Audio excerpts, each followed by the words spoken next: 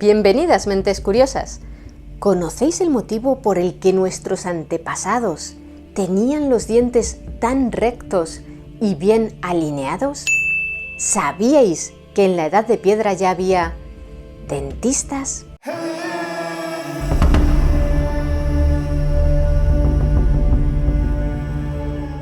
En nuestro vídeo acerca de los orígenes de la humanidad, nos dejasteis muchos comentarios, todos ellos muy interesantes, pero hubo dos que nos llamaron la atención especialmente porque formulaban una pregunta que la verdad nunca nos habíamos planteado. ¿Por qué nuestros ancestros poseían una dentadura tan estupenda, con los dientes tan bien alineados? ¿Cómo es posible que no logremos encontrar calaveras de humanos prehistóricos con los dientes torcidos, si por aquel entonces no existían aparatos de ortodoncia? Al investigar la respuesta para satisfacer nuestra propia curiosidad, nos encontramos con una información tan interesante que hemos querido realizar este vídeo para compartirla con todos vosotros. La hipótesis científica con más apoyos para explicar las excelentes dentaduras de nuestros antepasados es la que señala a la dieta como elemento clave diferencial. Hace 2 millones de años, nuestros antepasados humanos, como el Homo habilis, practicaban una alimentación omnívora en la que predominaban las semillas, las raíces, los frutos y la carne cruda. Sus dientes y mandíbulas tenían que trabajar mucho para triturar aquellos alimentos hasta que resultaran digeribles por el estómago y por tanto tenían que masticar más veces y más fuerte. ¿En qué datos se apoyan los investigadores para opinar esto? Principalmente en las numerosas muescas, el desgaste y los aplanamientos que se pueden apreciar en los dientes fósiles hallados. Para los paleoantropólogos, los dientes humanos son como la caja negra de un avión. En ellos quedan registrados un montón de datos que sirven para hacerse una idea de la vida que llevaba su dueño. A partir de los dientes es posible obtener información sobre su género, su edad, las enfermedades que padeció, el ambiente en el que vivió e incluso sus prácticas culturales y, por supuesto, su tipo de alimentación. El esmalte y la dentina son, en ese orden, los dos tejidos más duros de nuestro organismo y ambos recubren precisamente los dientes. Las células que generan esos tejidos segregan unas sustancias orgánicas que terminan por mineralizarse y de ese modo, tras la muerte de una persona, sus dientes se conservan bastante bien en comparación con el resto del cuerpo. Por esa razón, los dientes representan alrededor del 90% del registro fósil de los homínidos hallados en todo el mundo. Como decíamos, los dientes y la mandíbula del Homo habilis trabajaban mucho. ¿Y en qué se traducía eso? En mandíbulas más amplias y poderosas, dientes de mayor tamaño, con una topografía de su cúspide de mayor complejidad y raíces dentales más profundas, robustas y fuertes. De manera progresiva, con la elaboración de utensilios de piedra cada vez más sofisticados y el dominio del fuego, los seres humanos comenzaron a elaborar los alimentos.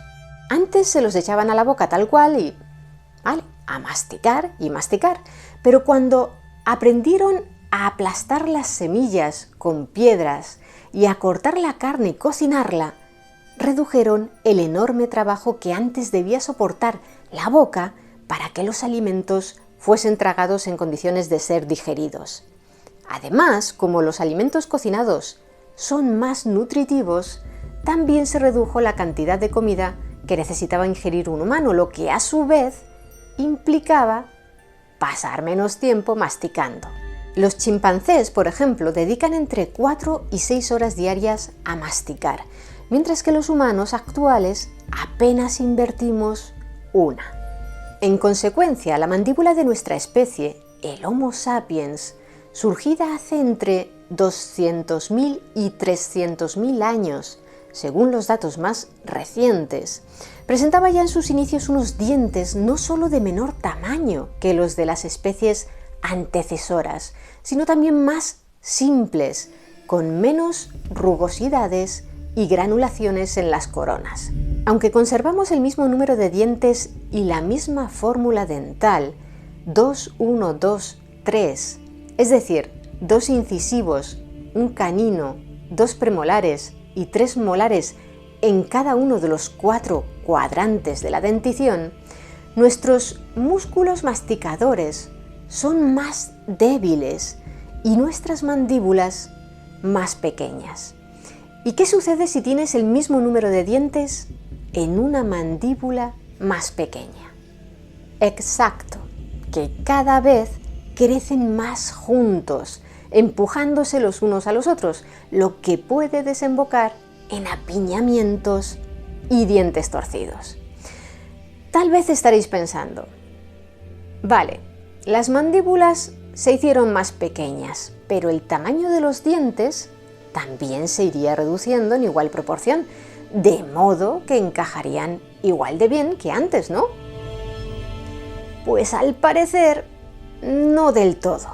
Aunque inicialmente el tamaño individual de las piezas dentales humanas, incluyendo el de sus raíces, se redujo, en los últimos milenios algunos grupos humanos han sufrido una mayor reducción en el tamaño de sus mandíbulas que en el de sus dientes. Hace unos 10.000 años, con la aparición de la agricultura y la ganadería, los alimentos se fueron procesando cada vez más y más, y en consecuencia, el proceso de reducción y simplificación de los dientes prosiguió generación tras generación. Las semillas eran pulverizadas de manera mecánica hasta formar harinas fáciles de engullir sin apenas ser masticadas. De igual modo, las prácticas culinarias han evolucionado a gran velocidad en los últimos siglos, encaminadas a que la experiencia de comer sea lo más placentera posible. Y por lo general, eso se traduce en sabores agradables y poco esfuerzo a la hora de masticar. Por supuesto, aún hay personas a las que les resulta divertido cascar nueces con las muelas, pero la mayoría preferimos que un filete sea fácil de cortar en la boca con unos pocos mordiscos, o empezaremos a tacharlo de correoso. A partir de la revolución industrial y hasta nuestros días, el nivel de procesamiento de los alimentos no ha dejado de incrementarse y en las neveras de los hogares es cada vez más difícil encontrar algún producto que suponga un reto para nuestras mandíbulas. En resumen, según la hipótesis que estamos describiendo, con el desarrollo de dietas menos exigentes para nuestra dentición, ahora tenemos dientes más pequeños y simples en bocas con un menor espacio disponible y en consecuencia es más probable que los dientes crezcan desviados. De hecho, en muchos casos es necesario extraer las muelas del juicio antes de que salgan, ya que no siempre tienen el espacio necesario para crecer de manera correcta. No obstante, cada vez es más frecuente que los humanos no desarrollemos muelas del juicio, porque sencillamente carecemos del tejido primordial a partir del cual se generan, es decir, que genéticamente ya está determinado que no las tendremos. Lo habitual es que nos salgan 4 muelas del juicio, que por cierto reciben ese nombre porque emergen cuando se supone que ya tenemos juicio, cuando ya hemos dejado atrás la infancia, entre los 17 y los 21 años aproximadamente. Pero eso es cuando salen a la superficie. En realidad suelen formarse cuando tenemos unos 12 años y se pueden ver con una radiografía. Está bastante extendida esa forma de llamarlas, del juicio, o un término similar en portugués es dente do siso, diente de la sabiduría, aunque hay algunos países donde las nombran de otra forma.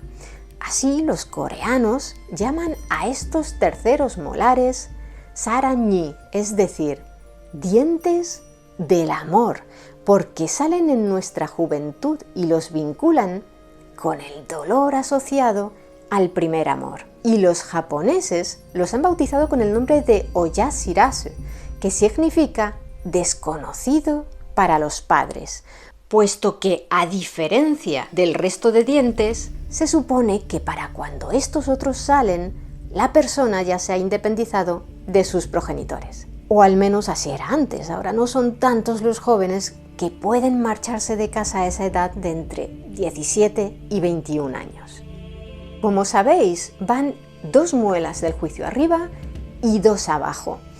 Pero si estáis viendo este vídeo, habéis superado ya los 20 y tantos y no os ha salido alguna de las 4 muelas del juicio, debéis saber que estáis entre el 25% de la población mundial. Y si no tenéis ninguna muela del juicio, pertenecéis al selecto grupo del 10% que carece por completo de ellas, y es bastante probable que eso le termine pasando al 100% de la población en un futuro, porque es hacia donde parece que nos lleva la evolución. Esta tendencia a tener o no tener muelas del juicio varía enormemente de unos grupos poblacionales a otros. Por ejemplo, el 99,8% de los habitantes de Tasmania desarrollan muelas del juicio, mientras que casi ningún individuo de los pueblos indígenas de México las tiene. Pero todo esto que os hemos contado hasta ahora, dientes pequeños, torcidos, mandíbulas más débiles, ¿no significa precisamente una involución para el ser humano? ¿No se supone que los rasgos físicos que se van transmitiendo de generación en generación hasta consolidarse son aquellos que ofrecen ventajas evolutivas?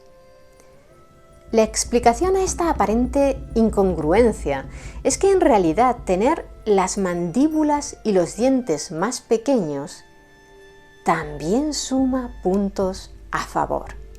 Por ejemplo, los dientes más masivos, más grandes, ofrecen una mayor superficie a las caries. Porque sí, nuestros ancestros podían tener unos dientes más útiles y mejor alineados que los nuestros, pero también padecían caries, es decir, erosión del esmalte producida por bacterias. Hay que tener en cuenta que en la prehistoria perder los dientes, es decir, las herramientas para ingerir comida digerible, era un asunto muy serio, implicaba casi una condena a muerte. Por eso, a falta de dentistas, la caries podía resultar letal. Eso nos conduce a otra pregunta. ¿Cuándo apareció la odontología? Hasta hace poco se consideraba que había tenido sus inicios en Egipto, en torno al año 3000 a.C., cuando los médicos comenzaron a incrustar piedras preciosas en los dientes de sus pacientes. Unos siglos más tarde, los chinos ya empleaban acupuntura para mitigar los dolores que causaba la caries dentaria. Sin embargo, en 2017 se publicó un artículo en la revista científica American Journal of Physical Anthropology acerca de una terrorífica intervención odontológica mucho más antigua, realizada hace entre 13.000 y 12.740 años, es decir, a finales del Paleolítico Superior, en el norte de la actual Toscana, en Italia. 2 incisivos superiores de un hombre vivo fueron perforados con una herramienta de hueso o piedra hasta la cámara pulpar para, después de agrandarla en forma de circunferencia, rellenarla con una mezcla de betún, fibras vegetales y pelos. Es decir, que según este estudio, liderado por Stefano Benazzi, antropólogo de la Universidad de Bolonia. A aquel pobrecillo le agujerearon 2 dientes, le retiraron la pulpa dentaria, probablemente infectada o muerta, le rasparon los dientes por dentro para hacer hueco y le colocaron sendos empastes. Todo ello con herramientas paleolíticas y sin anestesia ni sedantes. Tuvo que ser terriblemente doloroso. Pero regresemos con las bocas de los humanos actuales. Estábamos hablando de que los dientes pequeños ofrecen menos oportunidades a las caries, y eso es positivo. Sin embargo, la principal ventaja evolutiva que podría habernos aportado contar con dientes y mandíbulas pequeñas es un cerebro grande. ¿Cómo? Sí, suena raro, pero tiene su explicación. Aunque actualmente no existe consenso entre los paleoantropólogos, tradicionalmente se ha considerado que una hipertrofia del músculo temporal, que se extiende desde los laterales del cráneo hasta la mandíbula y es fundamental para masticar, supone un obstáculo para el desarrollo de la bóveda craneana. Las especies que mastican mucho y muy fuerte presentan no solo una musculatura mayor rodeando el cráneo y comprimiéndolo, sino también huesos de mayor grosor y con protuberancias óseas destinadas a servir de anclaje para los músculos. Por eso, una manera de averiguar si un animal posee una mordedura muy potente es pasarle la mano por el cráneo para ver si presenta en la parte superior una cresta sagital, es decir, una protuberancia ósea que recorre la sutura sagital, ya que sirve para anclar el músculo temporal en las especies que lo tienen muy desarrollado. Otra manera más sencilla de averiguar si es un gran mordedor sería meterle la mano en la boca, pero no os lo recomendamos. Los gorilas y los leones, por ejemplo, poseen cresta sagital. En contraposición, los humanos, conforme desarrollábamos nuestro cerebro, fuimos ideando nuevas herramientas y procesos de elaboración de los alimentos que nos permitían ahorrar cada vez más trabajo a nuestros dientes, lo que a su vez derivaba en dientes más pequeños, mandíbulas menos poderosas y menor presión sobre el cráneo para que el cerebro pudiera seguir creciendo. Es decir, que se estableció una suerte de circuito evolutivo.